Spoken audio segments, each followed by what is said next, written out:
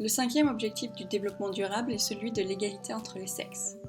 Malgré de nombreux progrès à cet égard, l'inégalité entre hommes et femmes demeure un défi à travers le monde. L'ampleur de ce problème constitue un obstacle au développement durable de la société moderne. 100 millions de jeunes filles se marieront avant leur 18e anniversaire au cours des 10 prochaines années.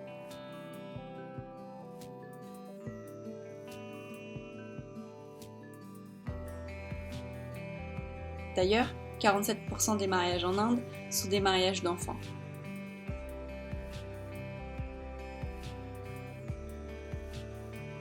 Les nations ayant un haut taux de discrimination sexuelle se caractérisent par des lois sexistes, de normes et pratiques sociales discriminatoires et un manque de protection judiciaire. Certains pays qui sont décrits comme étant des traits discriminatoires envers les femmes sont le Niger, le Yémen, l'Égypte et le Bangladesh.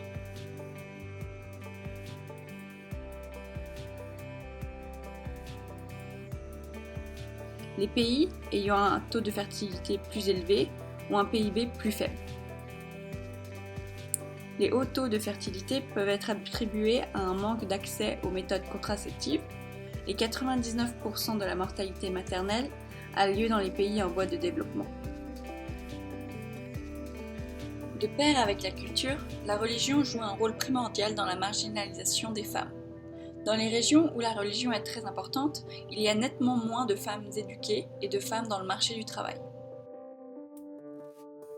D'ailleurs, 2/3 des analphabètes du monde sont des filles.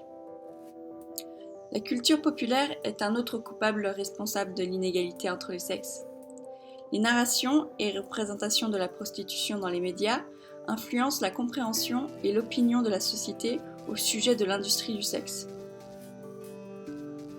Le marketing pervertit l'industrie du sexe et contribue à la normalisation de la violence et l'exploitation des femmes.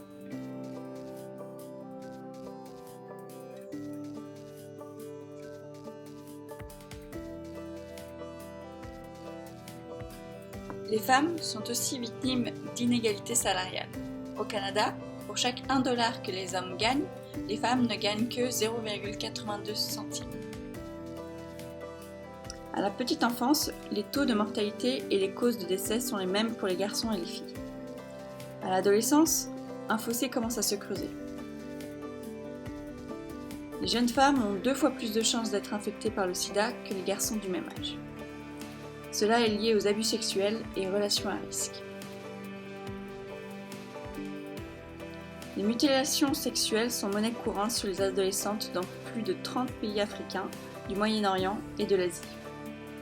200 millions de jeunes filles et de femmes sont victimes d'interventions incluant l'ablation partielle ou totale des organes génitaux externes de la femme ou autres lésions des organes génitaux féminins pour des raisons non médicales.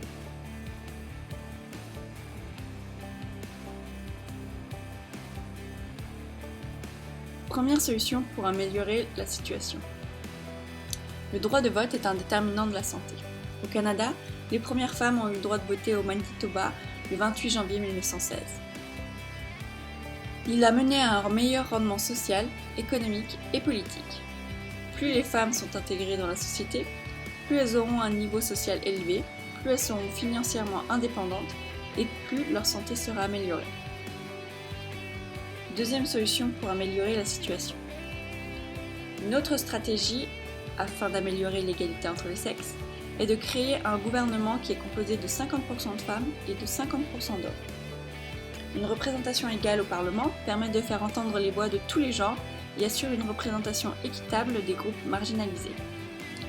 Lorsque les femmes sont bien représentées au gouvernement, leurs besoins et leurs droits sont entendus, assurant ainsi que de vrais changements sociaux peuvent avoir lieu. Une troisième solution pour améliorer la situation.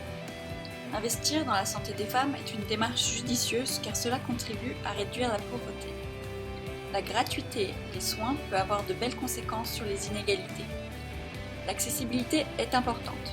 Les établissements de soins doivent être aux bons endroits. Il faut donner la possibilité d'accès à du personnel médical féminin. Car selon certaines cultures, des femmes seront plus gênées ou carrément freinées d'aller à l'hôpital. En améliorant la santé et le bien-être des femmes et des enfants, nous améliorions la vie de tous les habitants de la planète. Ban Ki-moon, secrétaire général de l'ONU, septembre 2010.